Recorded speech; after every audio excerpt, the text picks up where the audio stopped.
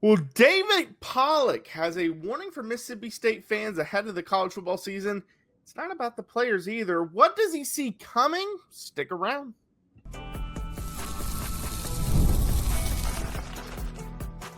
You are Locked On Mississippi State, your daily podcast on the Mississippi State Bulldogs, part of the Locked On Podcast Network, your team every day.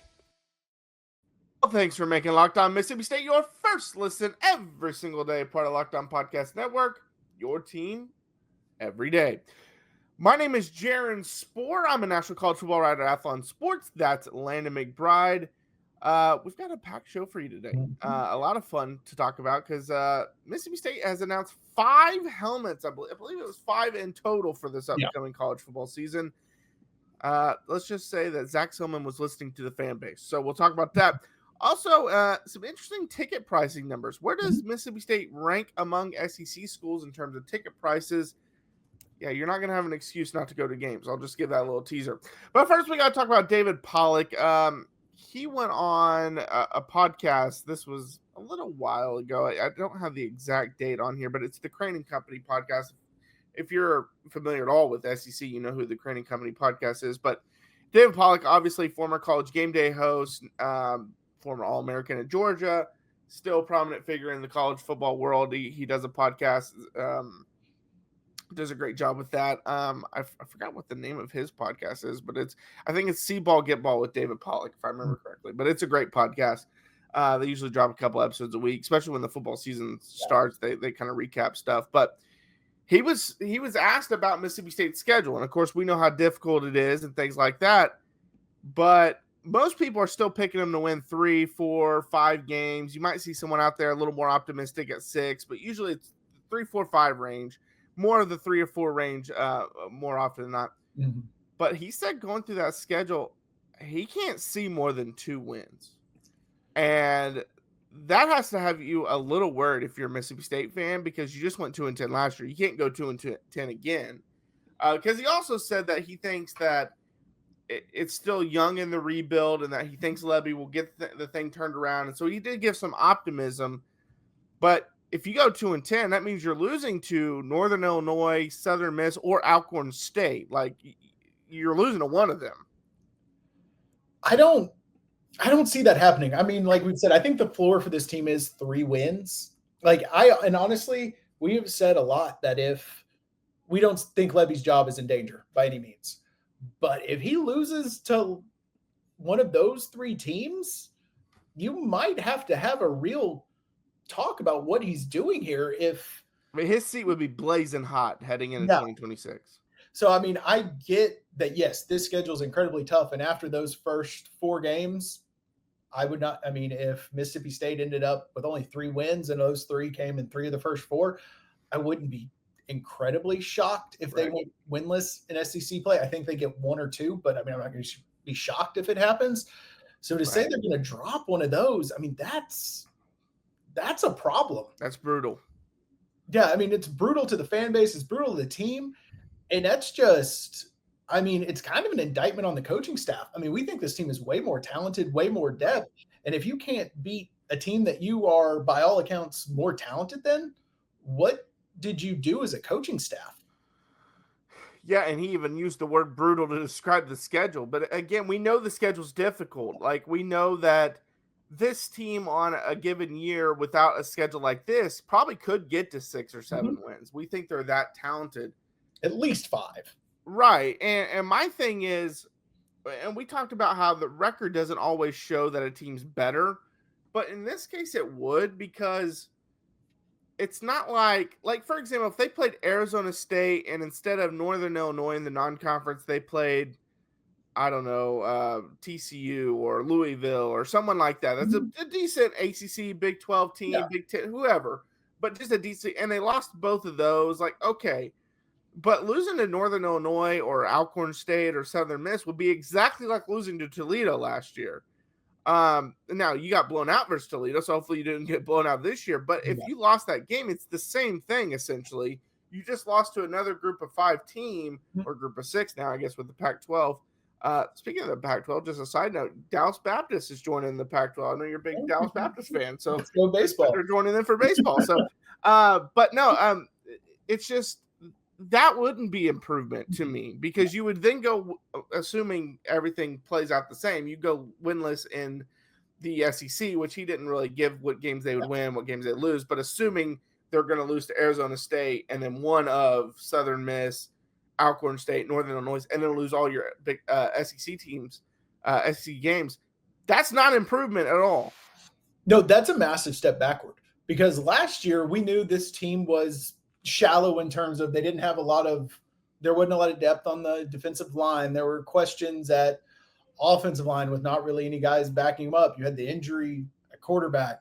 So, I mean, if you bring in all this extra talent, you have another year to bring guys in who fit your system. You had a whole year to recruit. You have the transfer portal, get those guys in. You have these guys learn the system. You have so many more people, and you have the same record.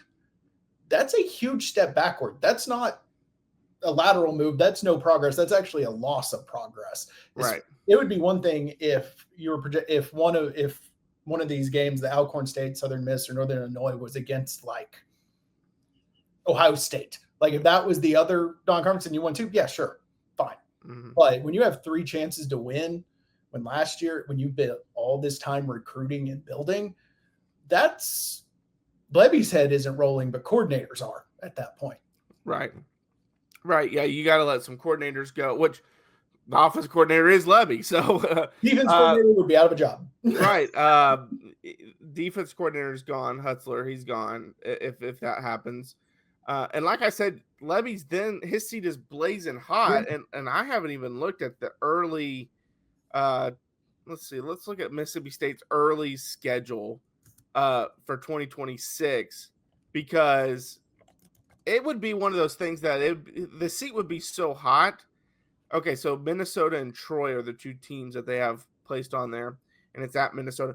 It's so hot where if they lost that game, he could be out of a job at that point, because it's not like Minnesota is a big-time like Arizona State, obviously, just went to the playoff last year. You lose that this year after they return a lot of people, even though we think they're vulnerable. You're not going to get knocked for that at all. But you have another 2-10 season, and then you start out with a loss at Minnesota, who is not a great program. They're a solid Big Ten program. They're not great. He might be let go mid-season at that point. Yeah, he very well could be. I mean, you know my opinion on PJ Fleck, so I think losing to that man is a problem. But, yeah, that would be it. And Troy's not a pushover either most years. So, I mean, you could be looking at a very rough start if you don't get things together. But coming back to this year, I think if they win 2 games, people are going to be calling for Lebby's job, whether it is not lost or not. I mean, it's the fan base is going to be done with him at that point, which is hard to win a fan base back because. And the boosters, hard to win the boosters back. Yeah. And when you're still rebuilding and you're going to be hoping for like a 6-7 win season the next year, if you only hit 5, that's going to be. So, I mean, you got to get to 4 wins this year. I think without that, I mean, you definitely can't go 2-10 again. If you don't get to 4 wins this year, Lebby may keep his job, but I think he's lost his job. Like he will lose it the next year, barring a massive run. I think 2-10, his seat's blazing. Where if he loses to Minnesota early next year, he's gone. 3-9, it's not blazing in terms of. I think he would get to finish the next year, but he's probably gone unless he has some great run. Yeah. 4-8, he's at least safe next year, I think. Yeah. I think at least that at that point, you either beat Arizona State or you beat someone in the SEC. Mm-hmm. You've showed improvement. You showed this thing's going in the right direction. I think he would be safe next year. And the crazy thing is 4-8's not a great record either. So I'm not trying to say like it's a great record, but when you're 2-10 and they lost all that they lost, and we've talked ad nauseum about all the stuff they lost, I think 4-8 would show enough improvement to be like, okay, we're at least letting him get through next year. Now, if 2026 he then goes 4-8 again or 3-9 or something, he's gone, obviously. Yeah. But I think it would at least save his seat, cool it off a little bit heading into that next year. Because y'all have to remember, we've talked about this many times, so the everydayers know this one. NIL was a really big problem at Mississippi State, and it still is to an extent, but Selman has done some amazing work getting the buy-in from the donors.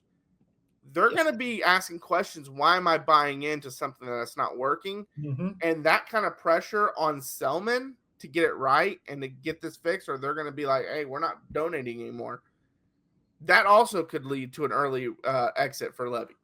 Yeah, because you have to continue to grow in the NIL space. You can't stay stagnant. You have to continue to grow. So if donors aren't going to keep buying in and keep sending those checks, you kind of have to – you can't let boosters rule your life, but you got to listen to them enough, because if they cut off – this isn't like it was, 10 years ago where, oh, no, we don't have a new building for the third time in a decade. It's now, oh, we can't afford to field a competitive team anymore. So you have to listen to them a little bit more than you used to. Yeah, for sure. All right, coming up next, Mississippi State's debuted their new helmets for the season. Zach Selman was listening to the fan base, that's for sure, and they made a pretty sweet video. We'll talk about that coming up next. Well, guys, you've probably heard of Viagra or Cialis. Maybe you've even tried them, but you're looking for something beyond the usual pill. Well, it's time to meet Rouget Ready. Rouget Ready is a next-gen prescription treatment designed to amplify arousal in the brain and boost blood flow. Unlike the usual pills that can take hours, Rouget's 3-in-1 formula dissolves under your tongue and kicks in fast, on average in 15 minutes. Effects can last up to 36 hours, so you can stay confident and in control when the moment is right. If traditional options haven't worked, Rouget might be the answer. Over 150,000 men have already made the switch. You can even read real customer reviews on their site. It's helping a lot of people feel more confident and present in the moment. Head to Rouget.com/LockedOnCollege and use code LockedOnCollege to get 15% off today. That's RUGIET.com/LockedOnCollege and use promo code LockedOnCollege for 15% off. Individual results may vary with prescription treatment. Compounded drugs are permitted to be prescribed under federal law but are not FDA approved and do not undergo FDA safety, effectiveness, or manufacturing review. Please visit the Rouget website for full safety information. Well, thanks for making Locked On Mississippi State your first listen every single day, part of Locked On Podcast Network, your team every day. All right, Landon, so the social media team's been killing it this offseason. They made a great video about the Snow Bowl and then, showing that it's going to be a whiteout and showing the white helmets, and it's the interlocking MSU, which is something fans have been asking to come back for a while. Well, they came out with the whole uniform combos, helmet combos, and they made a great video. It was an easy way for Zach Selman and Jeff Lebby to kind of be a part of it. Obviously, that's not – I would assume that's not them texting back and forth. I hope it is. I hope it would be hilarious if it is. I assume it's not. I assume they just went and videoed them for quick little video spots, but the texting is probably a little back and forth between. As someone who has made videos, I really hope it was just them with the camera on. Yeah, that would be incredible. But so what we found out, obviously, we know about the interlocking white helmet. Mm-hmm. We've got the white script state helmet. We've got the maroon script state helmet. We got all black. They're going to go all black at some point this year with the script helmet. Like I mentioned, the white interlocking, and then they're bringing back the crimson interlocking MSU for a game this year. So 5 different helmet combinations. I'm excited. I'm a uniform junkie, so this kind of stuff is just I'm the target demographic for this, and I also love all black uniforms, especially black helmets. Yes, and the black is sweet with the script state. It is a sweet look. It looks really good. I mean, it's at first, when we saw the white interlocking MSU, I was like, this is the best helmet they wear. I don't know. The black might be. The black is sweet. The black might be my favorite. I like the white script. I really like the white helmet in general. I do too. Landon and I were kind of talking about this. We might be in the minority. We're not a big fan of maroon helmets just in general. And I know the history and all that stuff, but we're just not big fans of the maroon helmets. From an aesthetic thing. Not just Mississippi State. We're talking about just, in general, all college football teams that wear maroon. Like, we're just not big fans of the maroon helmet. I think the white helmet with the maroon jersey and the white pants is a very slick and clean look. White with maroon or black with maroon looks really good, but when maroon's the big one with those as the accents, it doesn't quite show up as well or something. It's just a little off. Well, and I think it's hard to make a maroon helmet look new age, if that makes sense. I feel like a lot of Looks like an times, old school color. yeah, it looks old school, and it looks like the helmets that I played with when I was playing Pee Wee football when I was little, and I just don't like them as much. I know a lot of people probably do Yeah. like them, and that's why I actually like the state script better than the interlocking on the maroon helmet, because Yes. the script part actually looks a little new age, so it makes the Mhm. helmet look a little new age. I'm still not a huge fan of it, but I think it's better than the interlocking. But the white interlocking, Yeah, it looks real good. it might be the best helmet. You mentioned the black one. Love the black one. I still like the white script one as well, but I think the white interlocking one might be my favorite. Yeah, I think the white interlocking and the black are the top two, which is kind of unfortunate that those two are like the ones we're going to get to see like probably once this year. At least in my opinion, it's unfortunate because those are my two favorites. Yeah. I hope that they keep the interlocking MSU as now like a rotation, that gets worked in on a regular basis. Even if this year it's kind of they wear the white one and the maroon one for one game each. I hope going forward they become a team with multiple helmets, besides just the two colors, and you see them rotated in. I mean, the only thing I want is I would like to see the all black. I'd like to see it with the white script too, because I Yeah. think his white on black looks really good. I understand.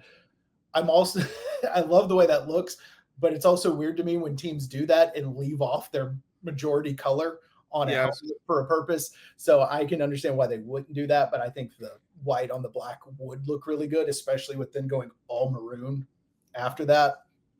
I like to mix and match. Yeah, and that dark mode is what they're calling the all black. That does have the white script, and it looks sweet. Uh, so that one will be fun to wear. I'm interested to see what games they end up wearing it for. Yeah. Obviously, we know the whiteout with the interlocking MSU. That's the Tennessee game. Mhm. I'm interested to see what they for all the other games. What ones they go with. But when you have 5 helmet combinations, Fun. you shouldn't be wearing one a majority of the season. You need to spread them all out because you really could wear all of them at least twice, and a couple of them obviously 3 times. So I think it was a well put together video. Again, we've talked about Selman. We were almost considering doing a whole segment on Selman, but just it's funny because when we first started the channel back, or when we took over the channel back in March, a lot of people were out on Selman, and I saw a post yesterday on a message board that some people even think he's the best athletic director at Mississippi State. Now, some disagreed and said that they want to see a little more success on the field and stuff, which is understandable. We get that, but going from where he was amongst fans and how they thought back in March to where he is now, and then listening to the fans, because I've been seeing it on Twitter constantly for months. Bring back the interlocking logo. Bring back the interlocking logo. Bring back the interlocking logo. I even saw I can't remember who it was, but he even he works for Mississippi State. He tagged EA Sports and said, "Hey, we got to talk about adding some of these helmets and jerseys and stuff to the game," which I think will be sweet as well. But yeah, that's what you want from an athletic director. Listen to the fan base. Obviously, we don't need you to do it every time because you need to figure out what are they suggesting? Is it feasible? Does it make sense? And then go from there. But stuff like this, to listen to something like this from the fan base, because he doesn't have to. He could just say, hey, no, this is our new look. We're going with that. So that's obviously something special. Yeah, and it's actually really funny. We're talking about this specific way of listening to fans because I was reading an article about the game in Ireland between Kansas State and Iowa State. Mm-hmm. And Iowa State fans were calling for special jerseys, and their athletic director was like, no, we're not doing that. Yeah. So, but no, this kind of stuff is great. And anyone who wants to call him the best athletic director, like in history or whatever, we're jumping the gun a little bit. I agree. He's doing a killer job, but you got to have a little bit more of a track record before you can be up there. Now, if things continue the way they're kind of trending, that's not too much to say he won't be the best, but I mean, hey, he's on the right track. Listening to fans about things like this, because bringing back an old style of helmet, which is the logo, that's a super easy fix. It gets fans hyped and it makes them know you're listening, which is huge. So anytime you can take, as we call it, like the easy wins like that, I mean, you got to do it, and it's awesome that he's doing it. Yeah, and I like getting creative with your uniform sometimes. Now, I am someone that I like the traditional stuff for the big games. So, like, I'm actually on board with Iowa State's guy, not saying that because it's Farmageddon. That's a big rivalry between those two teams. It's Farmageddon this time. Yeah, it's the lucky Farmageddon, as someone sent to me the other day. But yeah, I agree with maybe keeping it traditional for that kind of game. But for other games, have some fun with it. I think you gotta have some fun with it. Where does Mississippi State rank among ticket prices, average ticket prices for the college football season? We'll talk about that coming up next. If you're running a business, every missed call is money left on the table. Think about the last time you needed a service. If the first person didn't answer, did you wait? Probably not. You moved on. And that's why you need OpenPhone, so you never miss an opportunity to connect with your customers. OpenPhone is the #1 business phone system designed to streamline and scale your customer communications. Do you juggle 2 phones to keep business and personal calls separate? With OpenPhone, that's solved instantly. And your whole team shares one inbox, and you can respond to customers on that shared inbox. So you don't have to worry about who's handling this, who's doing this. It's just all there. You all know who has handled it because it's all in one place. And the AI agent handles after-hours calls, answers common questions, and captures leads, so you never miss a customer again. See why over 60,000 businesses trust OpenPhone. They're offering Locked On listeners 20% off your first 6 months at openphone.com/lockedoncollege. That's openphone.com/lockedoncollege. They'll even port over your existing numbers for free. OpenPhone, no missed calls, no missed customers. And this episode is brought to you by Prize Picks, the daily fantasy platform that lets you turn your football predictions into real rewards. Preseason is already heating up, and college football isn't far behind. Whether you've got your eye on big-name quarterbacks or breakout running backs, Prize Picks makes it easy to get in the game. And one of my favorite features on Prize Picks, I use them all the time, is their weekly flyer type things, where they're offering major discounts on certain players. And the ones coming up, Avery Johnson for his game against Iowa State, over under 0.5 passing yards. That's easy money. And they have the same discount on Dak Prescott in the opener against Philly, 0.5 passing yards. I mean, you hit both of those. I mean, there's no reason to not take those. So you also have the flex play, another one I love, because you put your big parlay with like 7 or 8 things, you click the flex play, you don't hit 1 or 2, you still get that big payout, so not as much risk. So download the Prize Picks app today and use code LOCKEDONCollege to get $50 in lineups after you play your first $5 lineup. That's Locked On College to get $50 in lineups after your first $5 play. Prize Picks, run your game. Well, thanks for making Locked On Mississippi State your first listen every single day, part of Locked On Podcast Network, your team every day. All right, Landon, so it's kind of funny. I've been getting these college football emails to my primary job work account, which is not anywhere related to sports at all, which is hilarious that I keep getting them. And they're pretty cool. Like and it's funny. I will get a story that gets sent to me, and I'm like, "Hey, that was a pretty cool interview with Matt Leinart or Kirk Herbstreit. I'm going to write about that with Athlon." So it ends up working out. But this one gave me an idea for tickets, and I can't remember who the email was from. I wish I wrote this down, but it gave me an idea for a segment, because it was talking about the cheapest ticket prices for the college football season in the SEC. So Mississippi State ranks last in the conference with the lowest average at $45.86. That's actually a 150% increase over last year. They also account for 2 of the 5 cheapest games across the SEC. That's $11 for Alcorn State and $10 for Northern Illinois.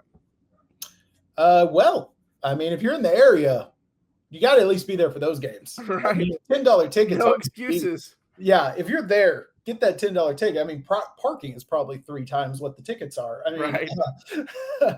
I mean, that's what happens when you go 2 and 10. But again, it's also good that, it's easy, because when you're at schools, it's easy to still get a lot of people to these games because they love their school. So it's good to see Mississippi State not gouging people for these early games after the season.